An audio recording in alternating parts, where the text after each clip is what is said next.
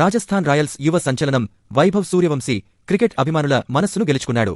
వివరాల్లోకి వెళితే మంగళవారం దిల్లీ వేదికగా చెన్నైతో జరిగిన మ్యాచ్లో వైభవ్ సూర్యవంశీ 57 పరుగులు చేసి హాఫ్ సెంచరీతో రాణించి జట్టు విజయంలో కీలక పాత్ర పోషించాడు. అయితే వైభవ్ చేసిన ఓ పని క్రికెట్ అభిమానులను ఆకట్టుకుంటోంది. మ్యాచ్ అనంతరం ఇరు జట్ల ప్లేయర్లు షేక్ హ్యాండ్ ఇచ్చుకునే సమయంలో వైభవ్ ధోని పాదాలను తాకాడు. దీనికి సంబంధించిన వీడియో సోషల్ మీడియాలో వైరల్గా మారింది. 14 ఏళ్ల వైభవ్ మ్యాచ్ అనంతరం చెన్నై ప్లేయర్లకు షేక్ హ్యాండ్ ఇచ్చే క్రమంలో ధోని వద్దకు చేరుకున్నాడు. ఆ వెంటనే ధోని పాదాలు తాకి సీనియర్పై తనకున్న అభిమానాన్ని చాటుకున్నాడు. దీంతో వైభవ్పై నెటిజన్లు ప్రశంసల వర్షం కురిపిస్తున్నారు. ఈ వీడియోను చెన్నై తన అఫీషియల్ ఎక్స్ ఖాతాలో షేర్ చేసింది. మా హృదయాలు గెలుచుకున్న వైభవ్ అంటూ క్యాప్షన్ రాసుకొచ్చింది. 188 పరుగుల లక్ష్య ఛేదనను రాజస్థాన్ ఘనంగానే ఆరంభించింది. తొలుత యశస్వి జైస్వాల్ 36 పరుగులతో రఫ్పాడించాడు. జైస్వాల్ ఓటయ్యాక అదే జోరును వైభవ్ కొనసాగించాడు. కెప్టెన్ సామ్సన్ 41 పరుగులతో కలిసి 98 పరుగుల భాగస్వామ్యం నెలకొల్పాడు. ఈ క్రమంలోనే వైభవ్ హాఫ్ సెంచరీ కంప్లీట్ చేశాడు.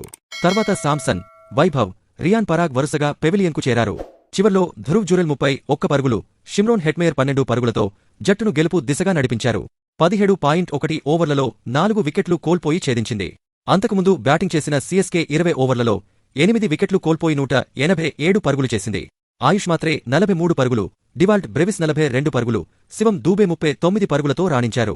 రాజస్థాన్ బౌలర్లలో యుధ్వీర్ సింగ్, ఆకాశ్ మధ్వాల్ తలో 3, తుషార్ దేశ్పాండే, హసరంగ చెరో ఒక్కో వికెట్ దక్కించుకున్నారు.